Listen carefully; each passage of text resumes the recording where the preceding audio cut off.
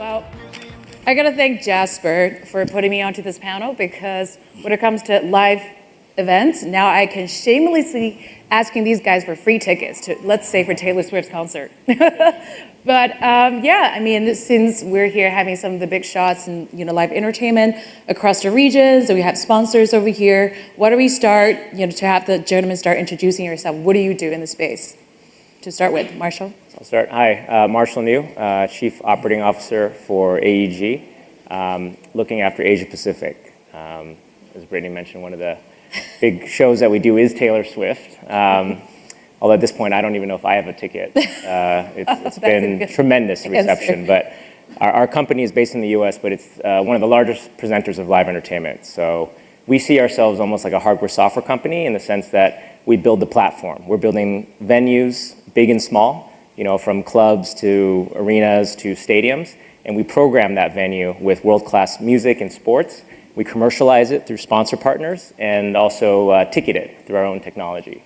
So part of my mandate is to expand that infrastructure through Asia, because for sure what we've seen is without the hardware, the software is handicapped. So there is a need and an opportunity in Asia to build these world-class venues that can handle the latest shows and can be highly utilized, load in, load out, and can be servicing the hospitality requirements of our corporate partners, and in that way create a sustainable model. All right, great. Danny? Hello, my name is Denny, and I'm the commercials guy for FWD with a platform called Omne. And this platform is a customer engagement platform that we've launched recently. So I take care of all the numbers and the partnerships as well. So I work with a number of, partners here today as well to help drive activation and engagement with both policyholders and non-policyholders. So that's my day job. But my side hustle is actually, I'd like to think of as a content creator, although my daughter will remind me I'm just a production guy that has to film her every Saturday night with her K-pop performance. Michael? Hi, I'm Michael Denmark, the chairman of the Great Entertainment Group. What do? We spend a lot of time making friends and looking after the likes of Denny. We pretty much focus on live branded content, so we work with a number of very, very large brands that want to engage with consumers. Our core market is the Greater Bay Area, which I'll hopefully talk a little bit more about in a moment. But yeah, it's essentially what AEG does, but on a smaller scale, but in a big market. Big market, yep. So, it's been a year since we have, All That Matters, and I'm sure there's so much that's been happening in your respective markets and business, right? Why don't we just go back a little bit? What has been happening in the past year? Talking to me? Yeah, go ahead, Michael. Hong Kong, as most people know, had an interesting approach to, we started off with protests in 2019 and then evolved into a long drawn-out COVID 3 years, which gave everybody the opportunity to work out how to survive, especially with any kind of consumer-facing business, obviously, and that happened all over the world. But in some markets, it was 6 months or a year. But in Hong Kong, it didn't really finish until March this year. In fact, I believe it was Jasper who decided it was over by having live matters in Hong Kong in March. And that was the day when, the day after the Hong Kong government ordered everybody to take off the mask, right? Correct. The people in Hong Kong don't like being told what to do one way or the other, but they were given the opportunity to remove their mask, and some of them have. But this year will be the first year in 4 years, and this winter upcoming will be the first year in 4 years where we will have an unmasked winter. So we're kind of behind the 8 ball when it comes to catching up. But what we're doing is we've been learning a lot from the rest of the world and how the markets have bounced back, and we're being really warmly inundated with a lot of partnerships with people who want to be part of that rebound. The other thing that happened 2 days after that announcement, Clock and Flap happened and sold out, and then Creamfields happened around the Rugby Sevens and sold out, and a lot of basically anything with a ticket has been selling out. And the reason being, and it was that wise man Alan Zeman that told us all this in Hong Kong in March. The Greater Bay Area suddenly happened. It's something we'd been hearing about in Hong Kong for a number of years, but we've been so busy worrying about what was going to happen. Can you tell us what are the regions that consist of the Greater Bay Area? Yeah, so the Greater Bay Area is essentially, Well, the Hong Kong population is around 8 million, and the Greater Bay Area, now included in that region, we're now 86 million people, and that's basically from Guangzhou to Macau, Shenzhen, Zhuhai, and a few other cities that I can't remember the names of. But the key point here is that all of a sudden, those 86 million people are wanting to be entertained, and their nearest stop on a high-speed train from Guangzhou that used to take 2 or 3 hours is now 15 minutes. They're coming to Hong Kong. And so in these last 6 months, one of our businesses is owning and operating the Hong Kong Observation Wheel, and we have an entertainment space behind there.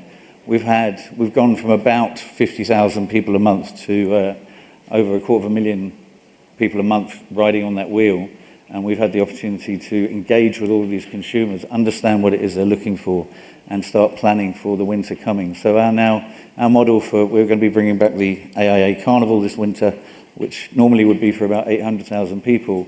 We're now looking at 1.5 million people, and half of those people are going to be coming from the Greater Bay Area. So it's very significant change to our market, and very exciting times.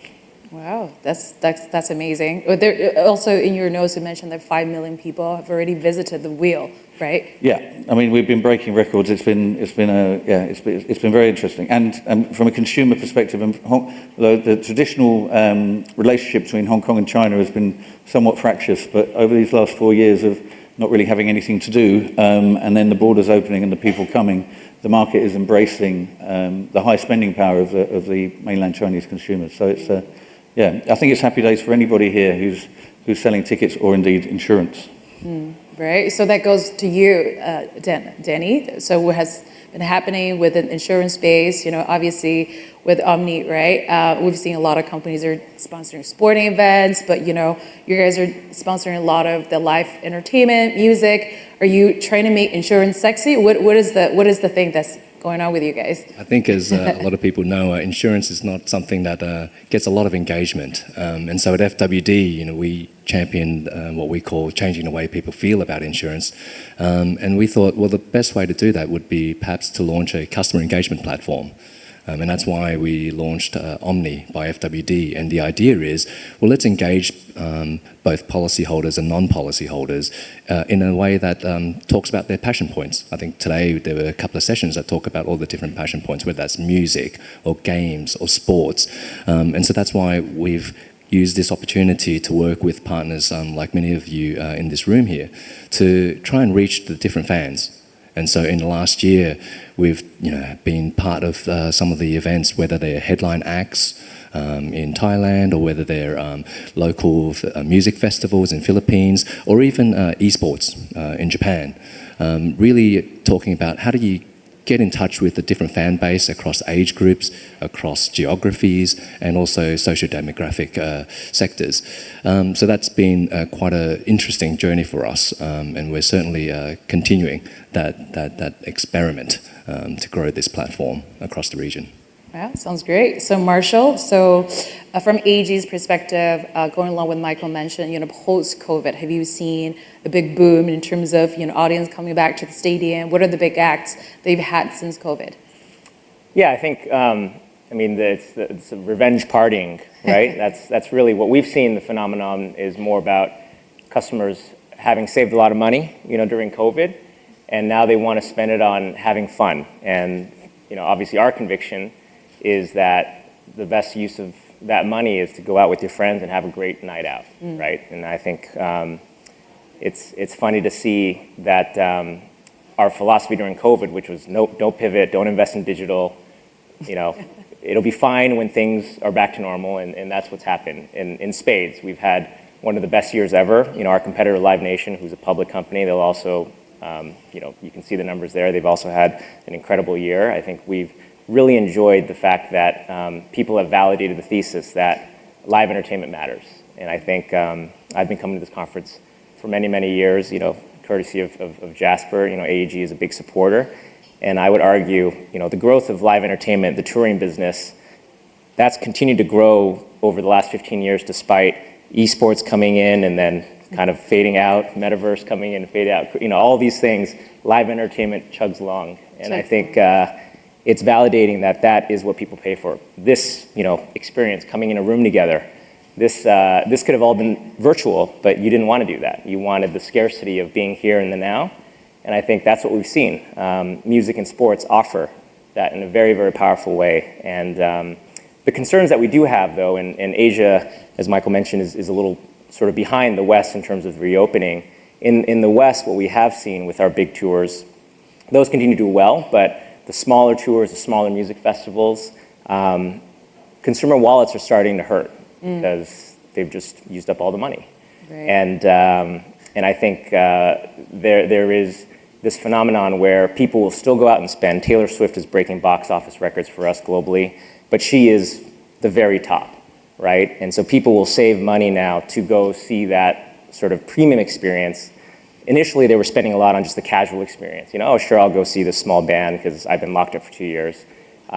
A lot of that has become a bit more challenging, and I think Asia will go through that same phenomenon. Like right now, we're enjoying this wave of the revenge partying, but we'll see probably sooner than later that some of the smaller shows, the smaller types of events that may not have as much sort of that must-have experience could be a bit more challenged. So I think we're being careful next year how much content we bring out, because we recognize that the consumer wallets are Right. tapping out.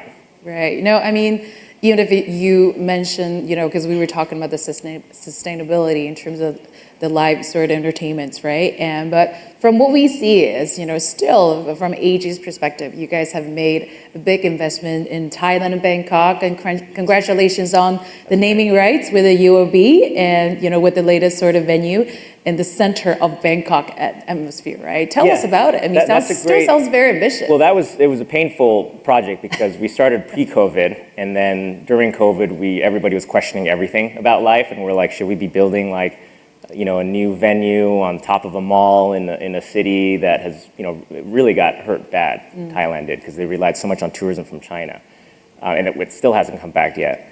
But we maintain our conviction, and it's a 6,000 cap venue. It's going to do mostly music, sports, and we're really bullish on that. And UOB bringing them on as a partner, what we sold them on is we're bringing you access to an experience of people that are highly engaged. There's content saturation now all over, right? I mean, whether it's TV or phone, like you're getting inundated, and there's always something else to do and to be distracted. But when you go see an event, it's intentional.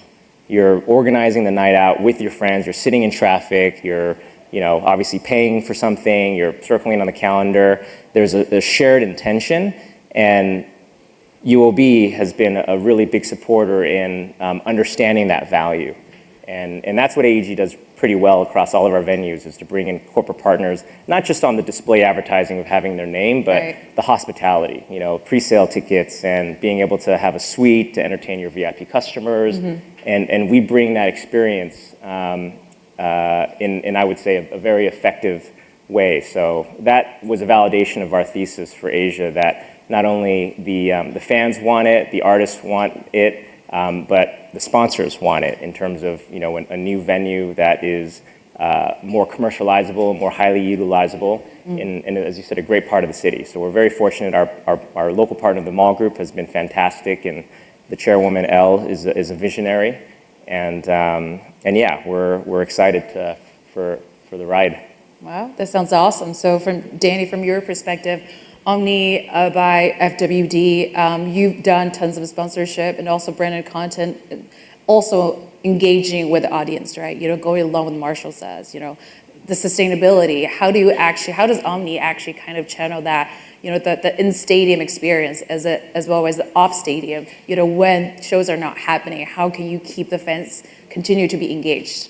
Yeah, that's something that we certainly treasure the insights that our partners have. I think with some of the partners, they share with us the exclusive access to some of these artists and events, but then post that event, trying to maintain and sustain that engagement, it is really about creating the content on the platform itself. So whether that is through the music or through the games or through even just those behind the scenes or merchandise. So I think those are the opportunities where we can continue to engage with fans and explore, I guess, a more sort of broader aspect of what can be done, because we've got all these different passion points and all these different segments that are prevalent certainly in this part of the world, where you've got, well, for our FWD, we've got 10 markets, and all of which are very different, from Japan to Macau, Hong Kong to, Indonesia, Philippines. So I think that's where having access and having the insight with partners on the type of things that we can do, both in person and online, is key to success in maintaining that engagement. And also, like you mentioned, that since you have access to 10 different markets, right? And every single countries and regions within Asia are quite different. How do you actually, create something that combines, that's universal for everyone to understand, to enjoy?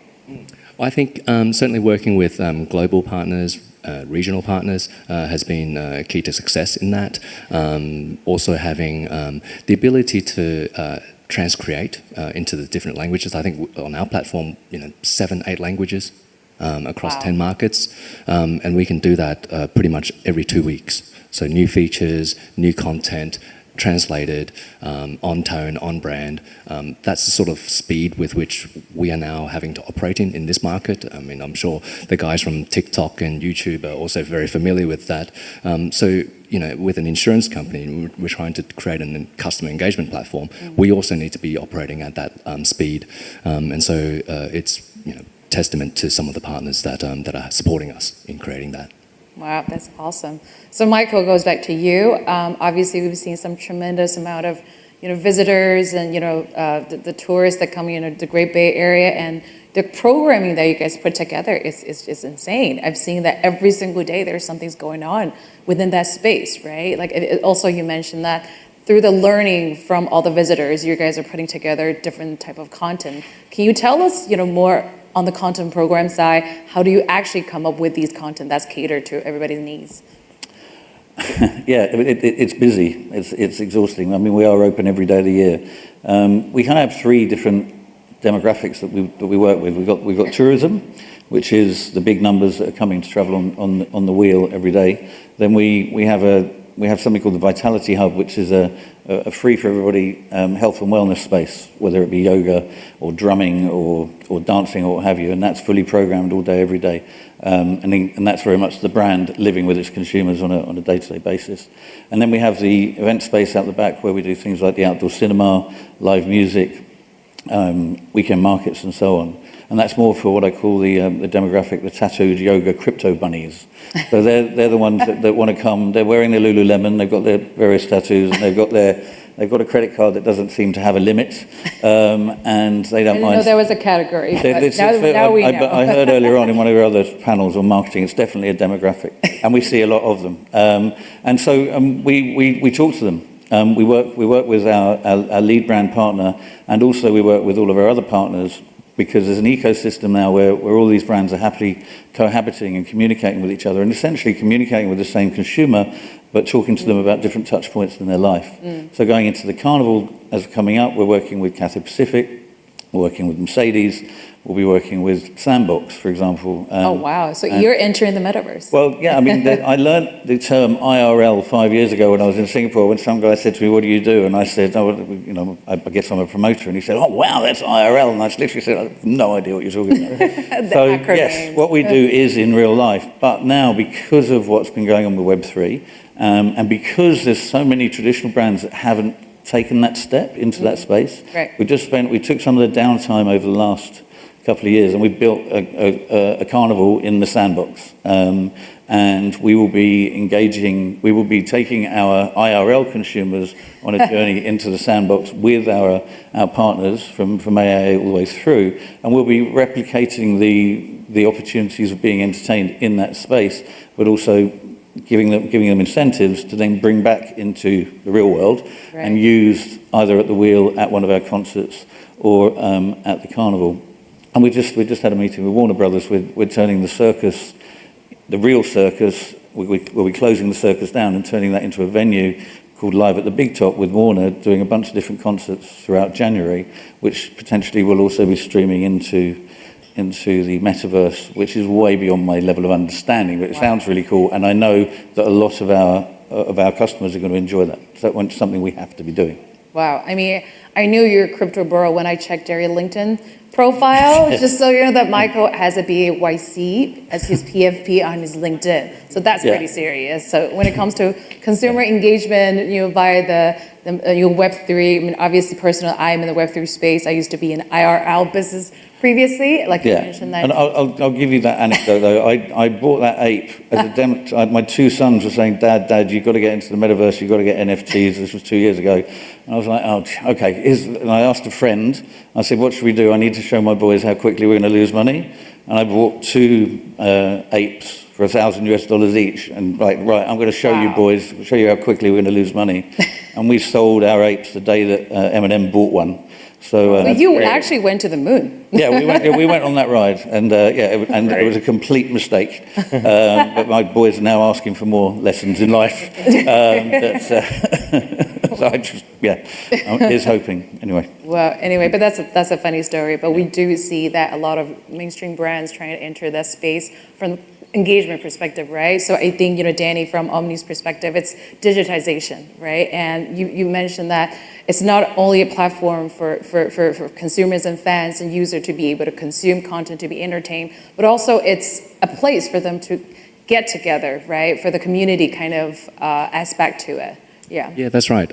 We see it as a platform where there is certainly a big social element. We see the feedback from our fans, and some of the usage behavior is really about connection. And that's, I think, a continuation of what you get from the in-person connection to social connection, with these streaming content, etc. So this environment that we're creating is one where, whilst we provide content through our partners, but we also create a platform where the fans can eventually create content as well and be able to share. So part of some of the features now is art, and I think with this Web3 and the NFT discussion. So user-generated content. Yes. So they can actually upload their own content. That's right. They can create. So now they can create content like a 3D generated or AI generated art, and they can share it with friends. And that's really about meaningful connection, meaningful content, so that they can send something that they really feel strongly about to their friends and family. So that's the type of things that we're doing. And underneath it all is really about the lifestyle, health and wellness, which plays back to insurance and FWD, because that's the core of our business. So that's something that we continue to evolve and trying to optimize to drive further engagement. I love it. I think through storytelling, we're talking about storytelling through brand and content, to be able to actually portray the brand, right? Let consumers understand you're not just an insurance brand, right? But I think that's the best way to let people know. And I love the fact that it allows the community feeling, the engagement, the flaunting, the social aspect to it, and also you're able to create content. Is that why you're a part-time content creator? Have you been uploading stuff?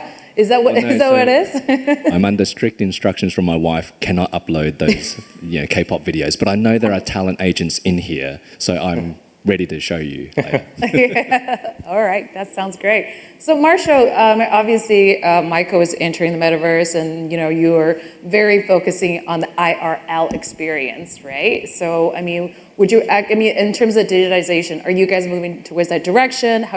If so, how are you guys utilizing that so far? Yeah, I think what we sell is a live experience. So by definition, it's about being there with the artist in real life, or IRL, I should say. And I think that's the value we bring, and that's what we make money on.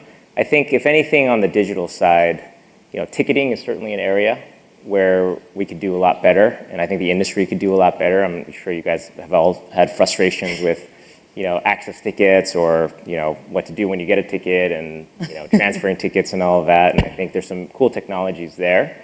But at the end of the day, that's just a service provider. That'll be commoditized, right? You can't replicate Taylor Swift or Ed Sheeran or Beyonce. Like, those people will always be who they are, and they can extend their marketing platform through digital. But what they make majority of their money on, by far, is that live experience. And so they don't want to cannibalize that either. The fact that they're only in, Singapore for a short amount of time, and that's, that other city for a short amount of time, that scarcity factor, that's what drives people as a call of action to go spend money to go see their show. If you can access Taylor Swift anytime, there is then not, it's Right. diminished value, really, in the long term. So the whole point of what we do with touring, building these venues, and you look, it's like from the Romans with the Colosseum, like everybody wanted to get together and cheer. It's just, it's programmed in our DNA. You want to sweat, cry, jump, laugh, sing together. I mean, it's a religious experience, put it that way. Like church, would church ever go digital? Probably not, right? Because you're there with a similar shared intention, and that's kind of what we create. We create these, structures where people go and worship. Unfortunately, I mean, or fortunately, however you want to, whatever your perspective is, worship these people. So for us, the digital side, if it helps us sell an extra ticket or two, sure. But that experience itself, like you need to only be able to fit that many people in that room. That's the whole point, right? Because you were there or you weren't. Right. Okay. Well, in terms of the ticketing, Michael, I just heard from the sponsored announcement, you guys also have a ticketing system, right? We do. Zicket, which has been quite a pioneering business that's taken off in a short space of time. They had the advantage of the carnival and the numbers that we've had, but they're now doing business in the Middle East and throughout Southeast Asia, so we'll talk about that afterwards.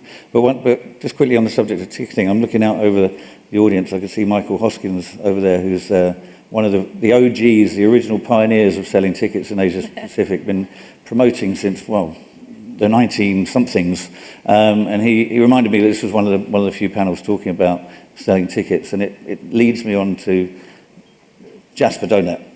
And fortunately for me, once upon a time, Jasper and I set up Branded about 22 years ago, and then 4 years after that, we set up Music Matters, which Michael Hoskins was one of many people supporting it. And the idea was to create something that brought the industry together, whether it be the brands or the content or the production houses or the venues. And we did that on a shoestring. And the first year in the Grand Hyatt, we had a room.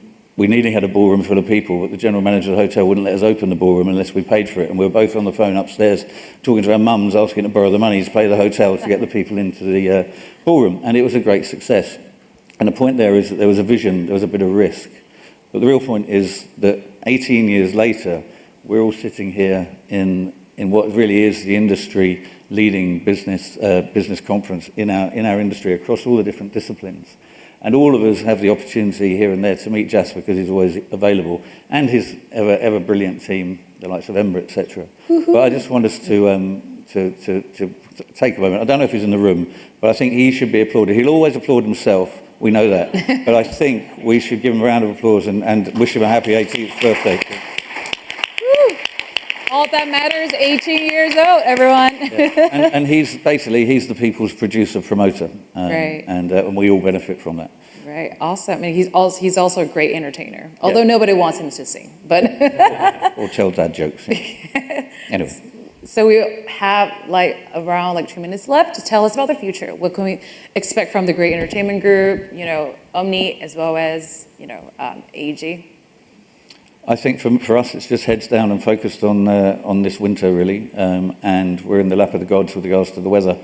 Our event is 67 days long, and within that, we do an enormous amount of different things. So hopefully, it used to be in that time of year in Hong Kong that the weather was great, but we shall see. Live entertainment comes under threat from a number of different things these days. But we have the passion, we have the drive, we have the support. And we believe that we're delivering something that the general public need, and we're very passionate about that. And if we can put some smiles on faces this winter, then job done. That's right.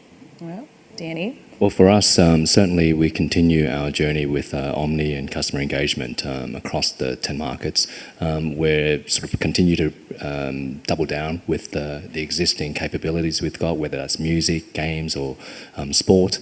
But we're also exploring other pillars as well, whether that's in travel or otherwise. So those are the exciting things we're looking forward to with the platform. Sounds good. So how do I sign up? Send me the link. Send you the link. Please do. Marshall?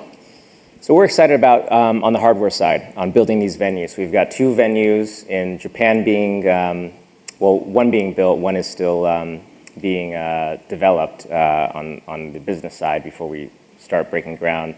We've got a venue in Korea that we're building. We've got 2 venues in Bangkok. We're working on some projects in Southeast Asia and in Australia as well. And we're really bullish that once these venues are up and running, it's going to support even more content flowing through the region, international, and also local. I mean, that's something we didn't touch on, but there's so much great local talent now through Indonesia and Thailand and what have you. Right. A lot and obviously K-pop is huge and it's gone global. I think part of that is artists getting on the road and performing in front of people. Without that, the fan engagement is really limited. You've got the digital side, but it's about going to see the performance live, feeling their energy, feeling again that connection, because this is like a religion that you're building. You have to go and preach and processize. So I think for us, we're excited about those venues coming online in the next 5 years and supporting the entire live entertainment business in Asia Pacific through that.